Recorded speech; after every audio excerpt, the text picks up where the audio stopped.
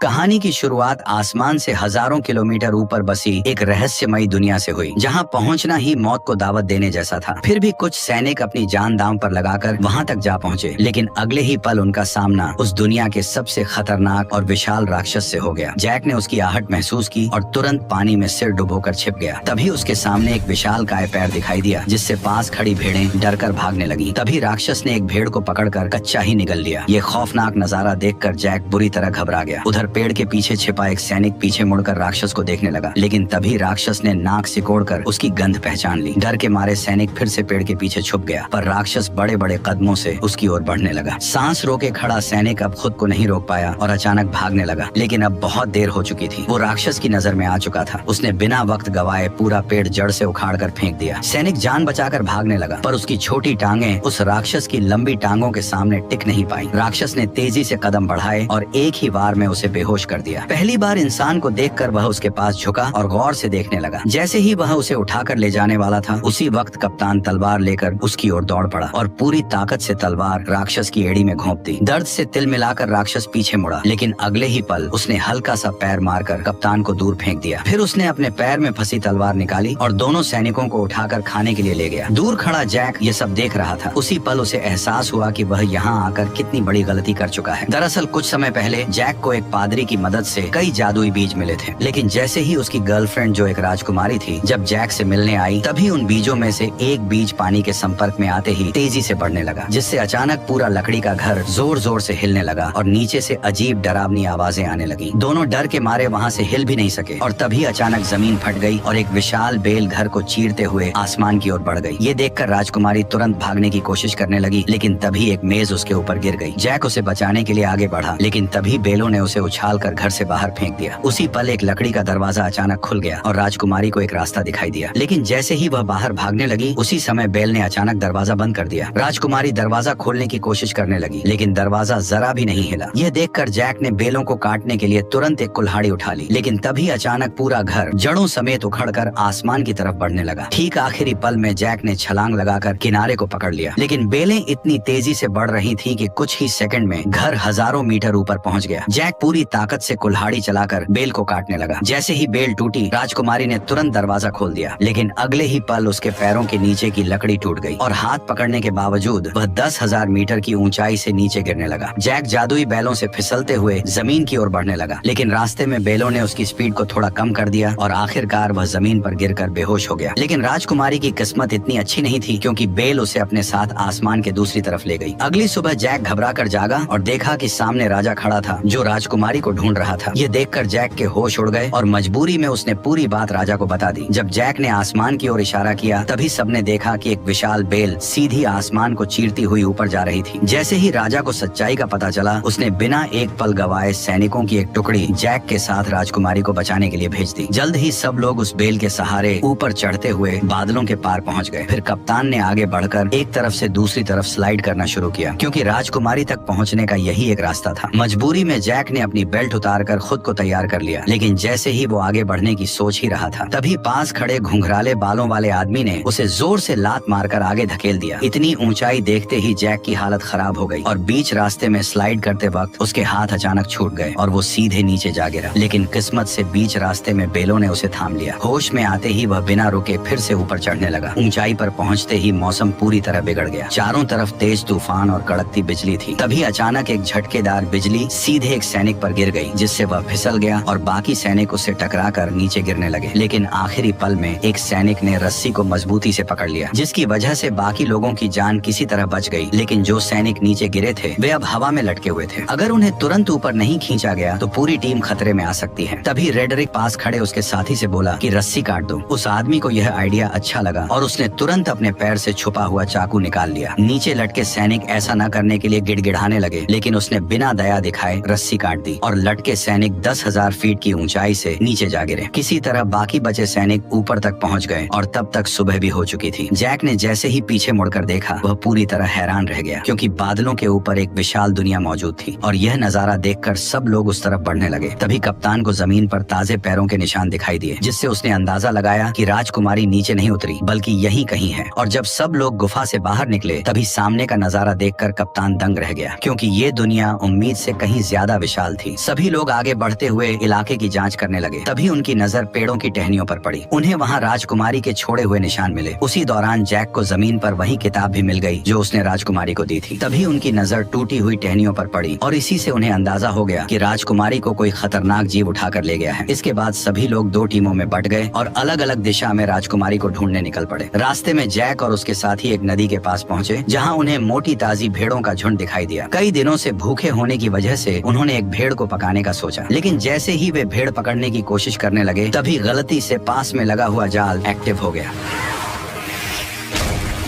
Jack ने तुरंत अपना चाकू निकाला और पूरी ताकत से जाल काटने लगा। उधर कप्तान भी रस्सी काटने की कोशिश कर रहा था, लेकिन तभी उसकी नजर एक अजीब चीज पर पड़ी। पास के सारे कौवे अचानक घबराकर उड़ गए और सारी भेड़ें भी एक साथ दूसरी दिशा में भागने लगी। कप्तान को कुछ शक हुआ, पर वो फिर भी रस्सी काटता रहा और जैसे तैसे वे दोनों जाल से निकल आए। लेकिन तभी जंगल से डरावनी आवाज गूंज उठी और उसी पल एक विशालकाय दानव उनके सामने आया और दोनों सैनिकों को पकड़कर अपने साथ ले गया। जैक चुपचाप दानव के पीछे पीछे चलने लगा ताकि सही मौका मिलते ही वो साथियों के साथ राजकुमारी को भी बचा सके। दूसरी तरफ रेडरिक दोनों सैनिकों के साथ एक चट्टान के किनारे पर पहुंच गया। गंजे आदमी को लगा कि इस तरह ढूंढते रहना बेकार है और वह कोई दूसरा रास्ता खोजने के लिए आगे बढ़ने लगा। लेकिन तभी रेडरिक ने अपनी चाल चल दी। अरे देखो, वो रही इज़ाबेल। जैसे ही गंजा आदमी वापस मुड़कर चट्टान के पास आया तभी रेडरिक ने मौके का फायदा उठाकर उसे सीधे गहरी खाई में धक्का दे दिया। यह देखकर रेडरिक का दोस्त जोर जोर से हंसने लगा। तभी एक विशाल हाथ ने अचानक उसे पकड़ लिया।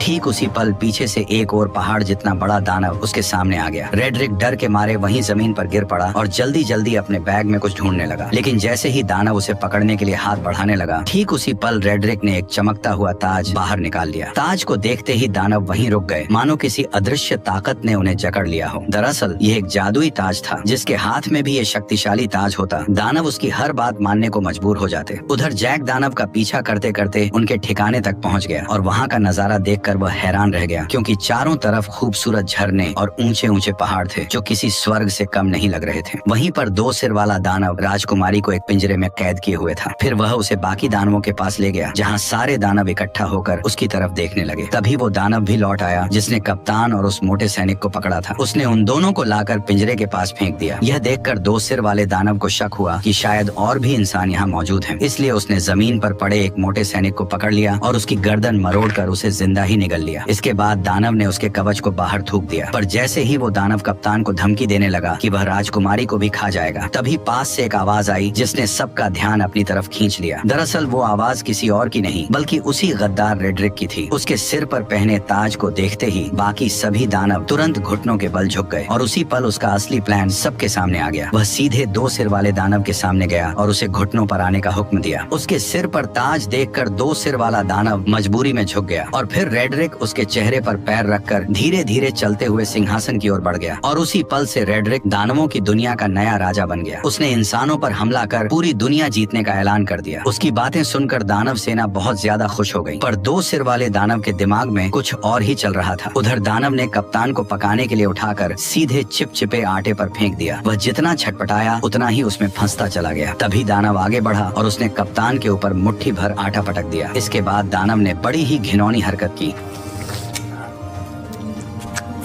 दानव ने कप्तान को मोड़कर एक तरफ रख दिया। तैयारी के बाद केवल सब्जियां डालना बाकी था। जैसे ही वह सब्जियां लेने गया उसी समय जैक चुपके से वहां आ पहुंचा। जैक को देखकर राजकुमारी बेहद खुश हो गई, लेकिन उसने तुरंत उसे इशारे से चुप रहने को कहा। उधर दानव अब भी उलझा हुआ था और इसी बीच जैक धीरे धीरे राजकुमारी के पास पहुंच गया। उसने पिंजरे का लॉक खोलने की कोशिश की, लेकिन यह उसके बस की बात नहीं थी। तब राजकुमारी ने उसे पहले कप्तान को बचाने के लिए कहा, जिसे दानव ने सुअरों के साथ लाइन में रखा था। जैक तुरंत उसके पास पहुंचा और चाकू निकालकर उसे उस चिपचिपे आटे से अलग करने लगा। उसी समय दानव मसाला लेकर वापस आने लगा। ये देखकर जैक ने जल्दी से चाकू कप्तान को पकड़ा दिया और खुद छिप गया। खुशकिस्मती से दानव को कुछ भी शक नहीं हुआ। उसने कुछ नुकीली लकड़ियां उठाई और कप्तान की आंखों के सामने पास पड़ी सुअर में घुसा दी। जो सुअर अभी तक चिल्ला रही थी वह तुरंत शांत हो गई। अब अगला नंबर कप्तान का था। दानव ने बिना दया दिखाए वार किया, लेकिन वह थोड़ा सा चूक गया, वरना कप्तान की आने वाली पीढ़ी का नामो निशान मिट जाता। ये देखकर कप्तान डर के मारे बेहोश हो गया। फिर दानव ने उन सभी को उठाकर पास जल रहे भट्ठे में रख दिया। अब उन्हें बचाने बचाने वाला एकमात्र जैक ही था। इस समय जैक लोहे की रिंग के ऊपर पहुंच चुका था और दानव को उसकी भनक तक नहीं थी। तभी दानव ने एक तेज धार वाला चाकू उठाया और सीधे राजकुमारी की ओर बढ़ गया। उसने बिना देर किए हाथ अंदर डालकर राजकुमारी को बाहर निकाल लिया और टेबल पर रखकर उसे काटने की तैयारी करने लगा। लेकिन तभी जैक ने चुपके से पास रखा एक भारी चाकू उठा लिया। बेखबर दानव राजकुमारी पर वार करने ही वाला था। तभी जैक ने छुरी सीधी उसकी रीढ़ में घोंप दी। दर्द से दानव जोर जोर से चिल्लाने लगा, लेकिन जैक छुरी को मजबूती से पकड़े रहा। तभी दानव बेकाबू होकर दीवार से जा टकराया और वहीं मारा गया। यह देखकर राजकुमारी और कप्तान दोनों हैरान रह गए। इसके बाद वे तीनों तुरंत उस जादुई बेल के पास पहुंच गए, लेकिन वहां पहले से ही एक दानव पहरा दे रहा था जिसे रेड्रिक ने भेजा था। तभी जैक के दिमाग में एक अजीब आइडिया आया। वो एक मधुमक्खियों का छत्ता लेकर कप्तान के साथ धीरे धीरे उस दानव के पास पहुंच गया। फिर कप्तान ने दानव का हेलमेट उठाया और जैक ने छत्ता उसके अंदर पटक दिया। दानव अभी भी बेफिक्र सो रहा था और उसे जरा भी अंदाजा नहीं था कि उसके साथ क्या होने वाला है। जैसे ही जैक ने छत्ता अंदर रखा, तभी कप्तान ने तुरंत हेलमेट बंद कर दिया और फिर दोनों तेजी से वहां से भागकर पास की चट्टान के पीछे छिप गए और इंतजार करने लगे। कुछ ही देर में दानव मधुमक्खियों के डंक से तड़पकर उठ खड़ा हुआ और दर्द से छटपटाते हुए अपने शरीर को झटकने लगा। लेकिन जितना ज्यादा वह तड़प रहा था, मधुमक्खियां उतनी ही ज्यादा उस पर हमला कर रही थी। घबराकर दानव वहां से भागने लगा, लेकिन फिसलकर पत्थरों से टकरा गया और फिर वह लुढ़कता हुआ चट्टान के किनारे तक पहुंच गया। ऐसा लग रहा था कि अब वह गिरने ही वाला है। तभी अचानक उसने अपना हेलमेट उतार दिया। यह देखकर तीनों एक पल के लिए चौंक गए, लेकिन तभी एक मधुमक्खी सीधे उसकी तरफ उड़ती हुई आई और अगले ही पल उसने दानव को जोर से डंक मार दिया, जिससे वह कंट्रोल खो बैठा और सीधे नीचे जा गिरा। यह देखकर तीनों लोग खुशी से झूम उठे। उन्हें यकीन नहीं हो रहा था कि उन्होंने इतनी आसानी से इतने बड़े दानव को हरा दिया। इसके बाद तीनों ने तुरंत वहां से निकलने का फैसला किया, लेकिन अचानक कप्तान रुक गया। उसने बताया कि उसे रेड्रिक से ताज छीनने के लिए यही रुकना पड़ेगा। इसलिए जैक उसे चाकू थमाकर राजकुमारी के साथ नीचे उतरने लगा। उसी समय दानव बैलों से टकराते हुए आखिरकार नीचे आ गिरा। तेज आवाज सुनकर राजा तुरंत अपने टेंट से बाहर आया और इस खतरनाक दानव को देखकर घबरा गया। अचानक गांव के लोग भी वहां इकट्ठा हो गए। तभी राजा ने ना चाहते हुए प्रजा की भलाई और दानवों को यहाँ आने से रोकने के लिए एक बड़ा फैसला लिया। उसने तुरंत जनरल को बेल काट डालने का आदेश दे दिया। सैनिकों ने विशाल लोहे की कीलें उस बड़ी बेल में ठोक दी, फिर उन पर मजबूत हुक लगा दिए और कुछ बैलों और घोड़ों की मदद से उसे खींचना शुरू कर दिया। धीरे धीरे वह विशाल बेल जड़ों समेत हिलने लगी, लेकिन इससे पास खड़े सैनिक अचानक खतरे में आ गए। तभी अचानक बीच वाली मोटी बेल भी टूटने लगी। ऊपर खड़े सैनिक नीचे गिरने लगे, जिससे चारों तरफ अफरा तफरी मच गई। उधर जैक और राजकुमारी बेल के सहारे नीचे उतर रहे थे, लेकिन जैसे ही उन्होंने नीचे नजर डाली तो वे डर के मारे घबरा गए, क्योंकि बेल बेकाबू हो चुकी थी और किसी भी पल गिर सकती थी। उसी समय जैक ने मौका देखकर राजकुमारी को कसकर पकड़ा और तेजी से एक लटकती डाल को थाम लिया। दोनों हवा में झूलते हुए तेजी से नीचे की ओर बढ़ने लगे। आखिरकार जब वे नीचे गिरे तो घास के ढेर ने उनकी रफ्तार कम कर दी और इस तरह दोनों सही सलामत जमीन पर पहुंच गए। ठीक उसी पल रेड्रिक ने सभी दानवों को इकट्ठा कर इंसानों पर हमला करने की तैयारी की। तभी दो सिर वाले दानव को इंसान का आभास हुआ, जिससे कप्तान छिप गया। तभी रेड्रिक ने आगे बढ़ते हुए बैल उगाने वाले जादुई बीज निकाले, लेकिन तभी अचानक कप्तान उस पर टूट पड़ा, जिससे जादुई बीज चट्टान पर ही छूट गए और रेड्रिक सीधे नीचे गड्ढे में जा गिरा। रेड्रिक डर के मारे दानवों को पुकारने लगा, जबकि कप्तान उसके सामने लड़ने के लिए तैयार खड़ा हो गया। तभी दो सिर वाले दानव ने बाकी दानवों को उसे बाहर निकालने का आदेश दिया। दानव चट्टानों को तोड़ने लगे और नीचे कप्तान और रेड्रिक के बीच लड़ाई शुरू हो गई। रेड्रिक ने अपनी लंबी तलवार के सहारे कप्तान को गिरा दिया और उसका हथियार दूर जा गिरा। इसके बाद उसने मौका पाकर लगातार हमले शुरू कर दिए, लेकिन कप्तान ने किसी तरह उसका वार रोक लिया और दोनों के बीच ताकत की लड़ाई शुरू हो गई। जल्द ही कप्तान कमजोर पड़ने लगा और रेड्रिक ने उसे पानी में डुबो दिया। तभी अचानक उसकी नजर उस चाकू पर पड़ी जो उसकी तरफ बहकर आ रहा था। कप्तान ने सही मौके पर उसे दांतों से पकड़ लिया और तुरंत रेड्रिक के चेहरे पर वार कर दिया। अचानक हुए हमले से रेड्रिक का गुस्सा फूट पड़ा। उसने अपने हथियार के दम पर कप्तान को पीछे धकेल दिया। कप्तान मजबूर होकर पीछे हटता गया और आखिरकार किनारे तक पहुंच गया। तभी रेड्रिक ने उसे एक जोरदार लात मारकर नीचे गिरा दिया, लेकिन कप्तान ने किसी तरह चट्टानों को पकड़ लिया। रेड्रिक तलवार को उसके हाथों में चुभोने लगा ताकि वह खुद नीचे गिर जाए, लेकिन उसने कप्तान की ताकत को कम आंका था। जैसे ही वह फिर से हमला करने लगा, कप्तान ने उसी के हथियार को पकड़कर उसी की टांग में घोंप दिया। दर्द से रेड्रिक जोर जोर से चिल्लाने लगा और इसी मौके का फायदा उठाकर कप्तान ने तलवार रेड्रिक के पेट में घोंप दी। अचानक हुए हमले की वजह से रेड्रिक ने वहीं दम तोड़ दिया। उसके मरते ही ताज की जादुई ताकत भी खत्म हो गई। कप्तान किसी तरह ऊपर चढ़ आया और ताज वापस लेने के लिए आगे बढ़ा, लेकिन तभी ऊपर की गुफा टूट गई और दो सिर वाला दानव उससे पहले ही ताज उठा ले गया। उसने ताज अपनी उंगली में पहन लिया और खुद को नया राजा घोषित कर दिया। ताज पहनते ही उसकी ताकत फिर से लौट आई। यह देखकर बाकी दानवों ने भी अपने घुटने टेक दिए। तभी कप्तान ने देखा कि धरती पर लौटती हुई वह एकमात्र बेल अब कभी भी टूटकर नीचे गिर सकती है, इसलिए उसने बिना देर किए सीधे बेल पर छलांग लगा दी। बेल तेजी से किले की ओर बढ़ने लगी। कप्तान ने सही समय समय का फायदा उठाया और छलांग लगाकर सीधे पानी में कूद गया। 2 सिर वाले दानव ने जब देखा कि इंसानों की दुनिया तक जाने का रास्ता टूट चुका है तो वह गुस्से से गरज उठा। तभी अचानक छोटे सिर ने जमीन पर पड़े उस थैले की ओर इशारा किया जिसमें जादुई बीज भरे हुए थे। 2 सिर वाले दानव ने उसे उठाया और अपने हाथ में खोल लिया। उसमें कुल 4 जादुई बीज थे। यह देखकर वह खुशी से झूम उठा। उसने तुरंत एक फूंक मारकर उन बीजों को पानी में फेंक दिया। जैसे ही बीज पानी से टकराए वे तुरंत उगने लगे और अगले ही पल जमीन को चीरती हुई 4 विशाल बेलें बाहर निकल आईं। इसके बाद 2 सिर वाले दानव ने जोर से आदेश दिया और सभी दानव उस बेल पर चढ़कर इंसानों की दुनिया की ओर बढ़ने लगे। आखिरी पल में 2 सिर वाला दानव भी छलांग लगाकर नीचे कूद पड़ा। वो बेलों के जरिए फिसलते हुए जमीन की ओर बढ़ने लगा। उसी समय जैक घोड़े को पानी पिला रहा था। तभी अचानक उसकी नजर आसमान की ओर गई। उसने देखा कि सभी दानव तेजी से नीचे की ओर बढ़ रहे हैं। बिना एक पल गवाए वह घोड़े पर सवार होकर राजा को चेतावनी देने निकल पड़ा। उधर राजा की सेना आराम से किले की ओर बढ़ रही थी। तभी जैक की नजर सेना पर पड़ गई। वो जोर जोर से चिल्लाने लगा कि दानव आ रहे हैं, लेकिन राजा को अब भी कुछ समझ नहीं आया। तभी पीछे के जंगल से अचानक कई दानव निकल आए और जहाँ जहाँ वे जा रहे थे वहाँ सब कुछ तहस नहस कर रहे थे। कोई भी उन्हें रोक नहीं पा रहा था। जल्द ही दानव सेना पास आ गई और उन्होंने एक सैनिक को पकड़कर जिंदा निगल लिया। घोड़े पर सवार लोग भी उनकी रफ्तार से नहीं बच पाए। इस वक्त इंसान उनके सामने बिल्कुल बेबस थे। तभी एक गोल चेहरे वाले दानव ने पास की पवन चक्की का पंखा तोड़कर राजकुमारी की तरफ फेंक दिया, जो जमीन पर गिरते ही सब कुछ चकनाचूर कर गया और राजा का ताज भी गिर पड़ा। उधर किले पर तैनात सैनिकों ने राजा की सेना को आते देखा और उन्होंने तुरंत अंदर युद्ध की तैयारी की खबर भेज दी। कप्तान ने तुरंत सभी सैनिकों की मदद से खाई में तेल डलवा दिया ताकि दुश्मनों को रोका जा सके। जैसे ही राजा की सेना किले के पास पहुंची, उसने तीर चलाने का आदेश दे दिया और देखते ही देखते सैकड़ों जलते हुए तीर दुश्मनों की ओर छोड़ दिए गए। जैसे ही ये तीर तेल से टकराए, चारों तरफ आग भड़क उठी और इसी बीच राजा की सेना सुरक्षित किले के अंदर पहुंच गई। राजकुमारी को सही सलामत देखकर कप्तान ने तुरंत किले के दरवाजे बंद करने का आदेश दिया, लेकिन उसी समय जैक अभी भी बाहर था और दानव उसके पीछे पड़े हुए थे। जैसे ही किले का दरवाजा बंद होने लगा, तभी जैक घबरा गया, लेकिन आखिरी पल में वह अपने घोड़े के साथ छलांग लगाकर अंदर घुस आया। हालांकि उसके पीछे पीछे 2 सिर वाला दानव भी दरवाजे पर चढ़ आया, लेकिन तभी कप्तान ने उस पर हमला बोल दिया और वह सीधे आग की जलती लपटों में जा गिरा।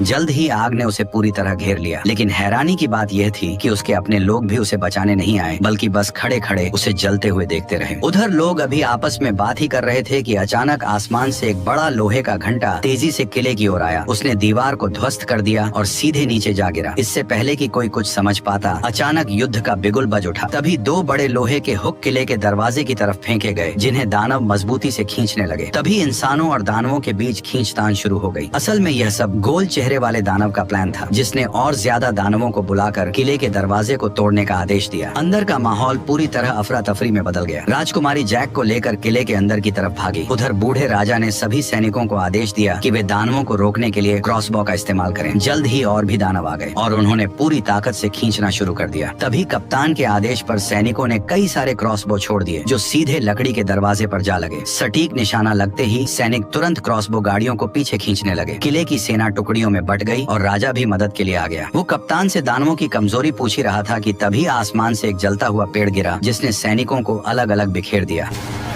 अगले ही पल कई सारे जलते हुए पेड़ सैनिकों के ऊपर गिरने लगे, जिससे उनकी पकड़ ढीली होने लगी। ऐसा लग रहा था जैसे दरवाजा जल्द ही टूट जाएगा। तभी राजकुमारी जैक को लेकर किले के अंदर पहुंची, लेकिन अचानक एक भारी दहाड़ और जमीन में उठती दरारों ने उनका ध्यान खींच लिया। डर के मारे दोनों पीछे हट गए और कुछ पत्थर ऊपर की ओर उड़ने लगे। नीचे से अचानक 2 विशाल हाथ बाहर निकले। ये वही 2 सिर वाला दानव था जो पहले आग में गिरने के बावजूद बच गया था, क्योंकि पानी के नीचे होने की वजह से आग उसका कुछ नहीं बिगाड़ पाई और वह सीवर के रास्ते से चुपचाप किले के अंदर तक घुस आया। अचानक उसे राजकुमारी की शाही गंध महसूस हुई। जैक ने डरते हुए कंबल खोला और देखा कि दानव की अभी तक उन पर नजर नहीं पड़ी है, लेकिन तभी गुस्से में दानव ने पास रखा शीशा तोड़ दिया। घबराहट में कंबल में छिपे दोनों लोग कांपने लगे, लेकिन दानव ने सीधे ऊपर से उन्हें देख लिया। जैक पूरी ताकत लगाकर तुरंत राजकुमारी को पकड़कर भागा, लेकिन दानव लगातार उनका पीछा करने लगा। कोई रास्ता न होने की वजह से दोनों मजबूरी में दूसरी मंजिल की ओर भागे। वे कदमों को रोकने की हिम्मत भी नहीं कर रहे थे, लेकिन अचानक एक हाथ साइड से बाहर निकला और राजकुमारी को पकड़ लिया। जैक ने पास में रखी कुल्हाड़ी उठाई और बिना देर किए सीधे उस पर हमला कर दिया, लेकिन दानव ने दूसरे हाथ से उसे पकड़ लिया। छोटा सिर जैक जैक का मजाक उड़ाने लगा। तभी जैक ने गुस्से में सीधे कुल्हाड़ी मारकर उसका हेलमेट तोड़ दिया। गुस्से में दानव ने अपना बड़ा मुंह खोल लिया। तभी जैक ने लॉकेट में छिपा हुआ जादुई बीज निकाला और सीधे उसके मुंह में फेंक दिया। जादुई बीज सीधे उसके पेट में चला गया, जिससे 2 सिर वाले दानव को अचानक कुछ गड़बड़ महसूस हुई और उसने तुरंत दोनों को जमीन पर पटक दिया। तभी अचानक एक बेल उसके शरीर से बाहर आई और दोनों डर के मारे पीछे हट गए। अचानक कई सारी बेलें पूरी रफ्तार से उसके शरीर को चीरते हुए बाहर निकल आई, जिससे हॉल पूरी तरह से तबाह हो गया। अचानक राजा का मुकुट पहना हुआ हाथ भी जैक के पास गिर गया। उधर बाहरी सैनिक अभी भी दानवों को रोकने में लगे हुए थे, लेकिन गोल मुंह वाले दानव की एक आवाज पर सभी दानव धीरे धीरे पीछे बढ़े और सैनिकों को एक एक कर गिराते चले गए। किले का दरवाजा धीरे धीरे खुल गया। कप्तान ने तुरंत सैनिकों से लोहे का दरवाजा बंद करने को कहा। ठीक उसी पल गोल मुंह वाला दानव अपने साथियों के साथ धुंध से धीरे धीरे बाहर आया, लेकिन लोहे का दरवाजा उसे ज्यादा देर तक रोक नहीं पाया और उसने एक ही झटके में दरवाजे को तोड़ दिया। तभी वो दानव अपने साथियों के साथ किले के अंदर घुस गया। वहाँ खड़े टेस्टी सैनिकों को देखकर वे बेहद खुश हुए। दानव हमला करने ही वाले थे कि पीछे से अचानक आवाज आई और सभी दानवों का ध्यान उस आवाज पर चला गया। दानव ने भीड़ में ध्यान से देखा और अचानक उसने अपना हथियार छोड़ दिया। ये देखकर बाकी दानव भी हथियार छोड़कर सभी इंसानों के सामने घुटनों के बल बैठ गए। कप्तान ये नजारा देखकर चौंक गया। तभी अचानक जैक मुकुट लेकर आगे आया और उसने तुरंत सभी दानवों को वापस उनकी दुनिया में लौट जाने का हुक्म दे दिया।